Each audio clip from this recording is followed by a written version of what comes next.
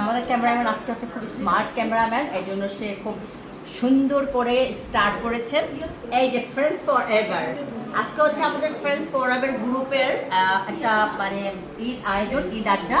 তা হচ্ছে আফসানা আহমেদ ঋতুর বাসায়। ঋতু হচ্ছে আমাদের খুব পুরানো বন্ধু এবং সে সবাইকে একসাথে একত্রিত করতে পারে, এটা তার একটা বড় গুণ, অনেক মহৎ গুণ। খুব ভালো লাগছে, আজকে আমরা প্রায় 35টা বন্ধু একসাথে হয়েছি এবং আমরা এই ফ্রেন্ডস ফরএভারে কেকটা এনেছি।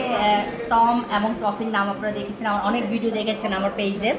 টম এবং টফি আনেছে সেই ভিডিও, সরি এই কেকটা এনেছি। আমরা এই কেকটা কাটবো সব ফ্রেন্ডরা মিলে।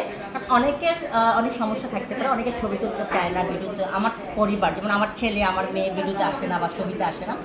তো আমি চাই যে আমার সব আপনারা পাবেন আমার কথায়। সো এই হচ্ছে আমাদের ফ্রেন্ডস ফরএভার কেক, আমরা কাটবো একটু পরে। এখন রাত 12টা বাজে, আজকে এই রাত 12টার সময় আমরা কেকটা কাটবো।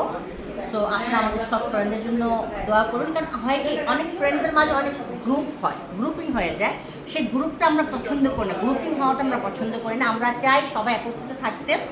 অনেক প্রবলেম থাকবেই, সমস্যা নেই। আমাদের সমাজ, আমাদের এই দেশ, আমরা সব কিছুই আমরা মানুষের আমাদের অনেক প্রবলেম থাকবে। সেই প্রবলেমগুলিকে আমরা উপস্থাপন না করি, সামনে না এনে আমরা সবাই হ্যাপিলি লাইফ লিড করি, এটাই কিন্তু ভালো।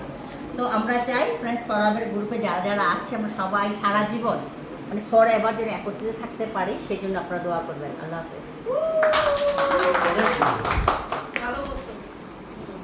সমস্যা তো আসছে মানুষের। আমার ছেলে মেয়ে একটা ভিডিও যদি কোনো ছবিতে দেই, মা গো মা, ফেসবুক বন্ধ করে দিবে তারা।